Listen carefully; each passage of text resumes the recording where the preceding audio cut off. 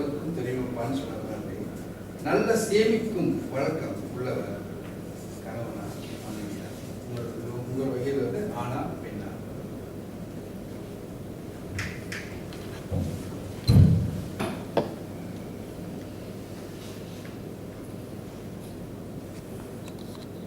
நல்ல சேமிக்கும் பழக்கம் உள்ளவர் நிச்சயமாக ஒரு பெண்ணாகத்தான் இருக்க முடியும். ஆண் வந்து வேலை செய்வாங்க, வீட்டுக்கு வருவாங்க, மாசம் முடிந்ததும் அவங்க வருமானத்துக்கு வந்து கொடுத்துருவாங்க. அந்த திறமையா எந்த செலவுக்கு எவ்வளவு செலவு பண்ணணும் அப்படி சொல்லிட்டு அதை நல்லபடி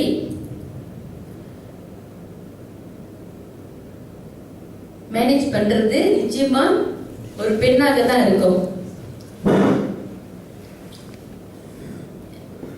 என்ன எடுத்துக்கிட்டீங்கன்னா மிந்தி சேமிக்க பழக்கம் கிடையாது நிச்சயமா. ஆனா நல்ல நண்பர்கள் சுற்றி வரும்போது சேமிக்க பழக்கம் வந்தது.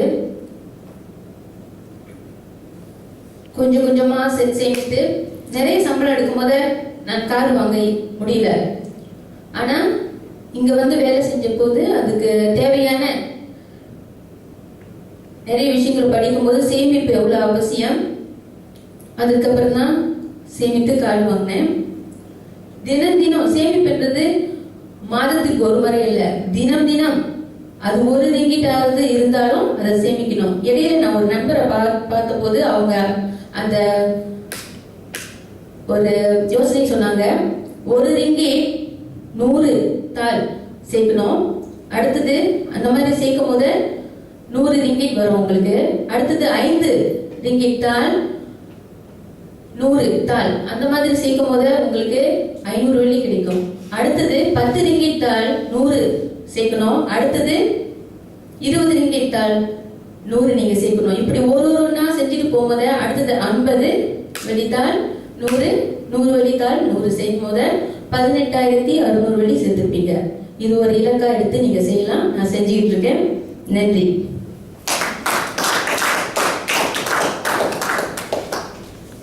அடுத்து இன்றைய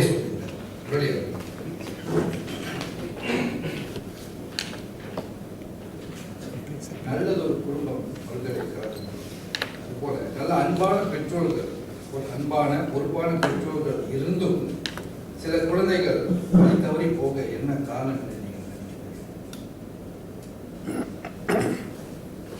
நன்றி. இன்று திணிப்பயிற்சி நடத்தினர் அவர்களே, எல்லோருக்கும் மீண்டும் மாலை வணக்கம். நல்லதொரு குடும்பம் பல்கலைக்கழகம் அப்படி இருந்தும் நல்ல பெற்றோர்கள், சிறப்பான அரவணைப்பு எல்லாம் இருந்தும் குழந்தைகள், அதாவது அவங்களோட பிள்ளைங்க வந்து திசை மாறி அதை தடுமாறி போறாங்கன்னா அதுக்கு முக்கிய ஒரு காரணம் இன்றைய தகவல் ஊடகங்கள் என்று கூறினால் மிகையாகாது. திரைப்படங்கள், முகநூல்கள் இவையெல்லாம் ஒரு முக்கிய காரணமாக இருக்கின்றது.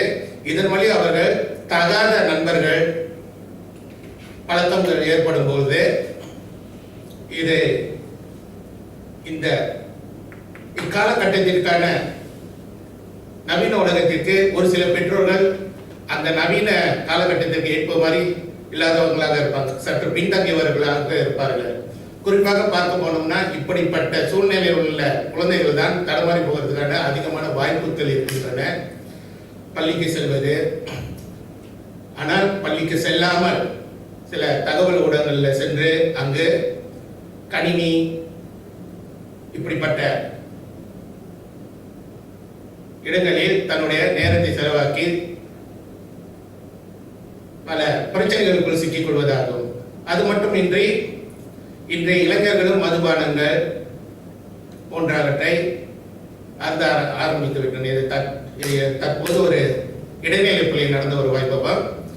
13 வயது மாணவர் மது அருந்து விட்டு பள்ளிக்கு செல்லும் போது ஆசிரியர் கேட்கும் போது எதுவும் என்னிடம் கேட்காதீர்கள், நான் குண்டர் கும்பலில் இருக்கின்றேன் என்று அந்த ஆசிரியர் இருக்கின்றார். இப்படிப்பட்ட சூழ்நிலைக்கு யார் குற்றம் என்று இன்னும் ஒரு வினாவாக இருக்கின்றது. முக்கியமாக பெற்றோர் பங்கு சிறப்பாக இருக்க வேண்டும்.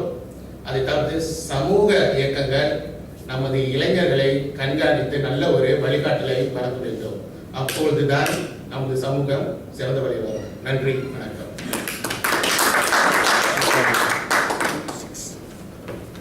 இறுதியாக சொல்றது வேலை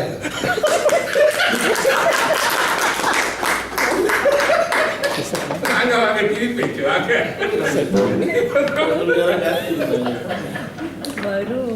வரும்